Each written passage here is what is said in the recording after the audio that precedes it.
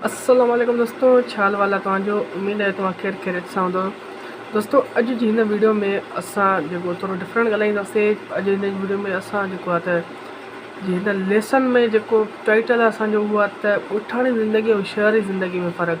त दोस्तों, बिना टाइम वेस्ट किए शुरू था कयूं अॼु जी हिन वीडियो खे। ॾिसणु चाहियूं था त हिन में छा असांखे सिखिया ॾियूं था, कहिड़ा हिन में डिफरेंस माना आहिनि त शहरी ज़िंदगी जा ऐं ॻोठाणी ज़िंदगी जा। फस्ट ऑफ ऑल अची थो वञे असांजे हिन जा सिखिया जा हासिल आहे। छो जो लेसन आहे, कुझु हिन में सेंटेंस बि आहिनि जेकॾहिं तव्हां यूज़ करणु चाहियो त असांखे कमेंट में ॿुधाए सघो था।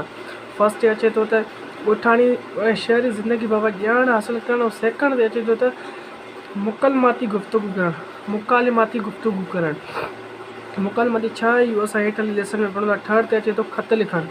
त दोस्तों, सभ खां पहिरियां अचे थो ॻोठाणी ज़िंदगी, ॻोठाणी ऐं शहरी ज़िंदगी। त हाणे असां शुरू था कयूं पंहिंजो लेसन। फस्ट ते अचे थो अब्बास एहसन जी हिन में गुफ़्तगू हले थी। अब्बास अस्सलाम वालेकुम। उते एहसन जो जवाबु आहे त वालेकुम अस्सलाम। अब्बास चए थो एहसन ॻोठ मां कॾहिं आए ऐं घणा ॾींहं लॻा तोखे? एहसन हा अब्बास, ॻोठ में ॾाढो घणा ॾींहं लॻाए छॾी, लॻा न तोखे बैग चढ़ण में लॻाए छॾी उते रही रही।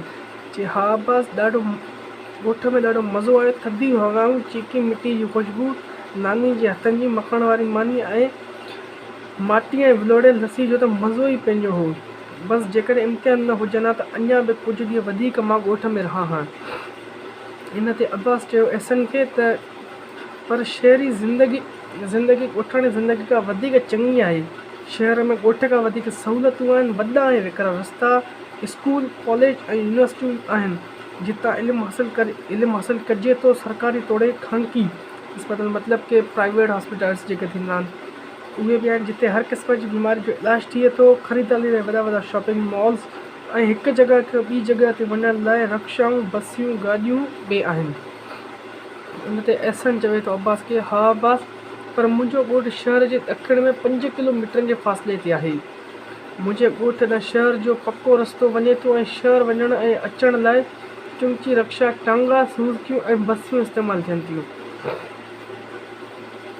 दोस्तों, हिते टांगनि जो ज़िक्र अची वियो त मूंखे ईअं फील थिए थो हीउ लेसन जेको आहे त थोरो पास्ट जो आहे, घणो पुराणो आहे। त दोस्तों, कंटिन्यू रखूं त अॻिते असांखे छा छा सबक़ु ॾिए थो। असांजे ॻोठ में 200 घर आहिनि। उते 2 प्राइमरी स्कूल बि आहिनि, हिकु छोकिरियुनि लाइ ऐं ॿिए छोकिरनि लाइ। अब्बास पर एहसन, शहर में जेके सिहत जूं सहूलियतूं आहिनि उहे ॻोठनि में त कोन हूंदियूं आहिनि। शहर में वॾियूं वॾियूं फैक्ट्रियूं, कारखाना पिणु आहिनि जिन सां माण्हुनि जो रोज़गार में इज़ाफ़ो थिए थो। एहसन अब्बास, शहर में हलंदड़ गाॾियुनि ऐं फैक्ट्रियुनि जे कारखाननि जो धुओं इंसान लाइ नुक़सानकार आहे, जॾहिं त ॻोठनि में चो तरफ़ फसल आहे जिन जे करे हवा में आलूदगी मतिलबु कि गंदगी पैदा नथी थिए।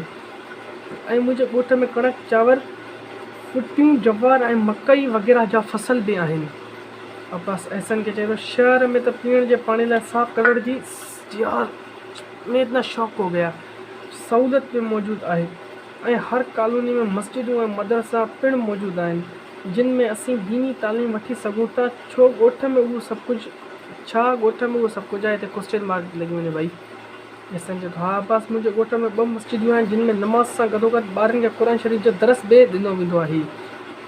मुंहिंजे ॻोठ में वाटर सप्लाई जो हिकु तालाब बि आहे। उन खां सवाइ पाणी हासिलु करण लाइ 2 पका खूह ऐं 4 पंप बि लॻल आहिनि। मुंहिंजे ॻोठ में हिकु बाग़ बि आहे जंहिंमें अंबनि, ज़ैतूननि, नारंगियुनि वग़ैरह जा वण आहिनि। ॻोठ में ताज़ो ऐं निजो खीर बि मिले थो। त दोस्तों, हिन जी हीअ जेकी गुफ़्तगू हुई असांजी एहसन ऐं अब्बास जे विच में, त इहा हिते ई एंड थिए थी। उमेदु आहे तव्हांखे पसंदि आई हूंदी। मिलूं था अॻिली वीडियो में। अल्लाह हाफ़िज़ दोस्तों।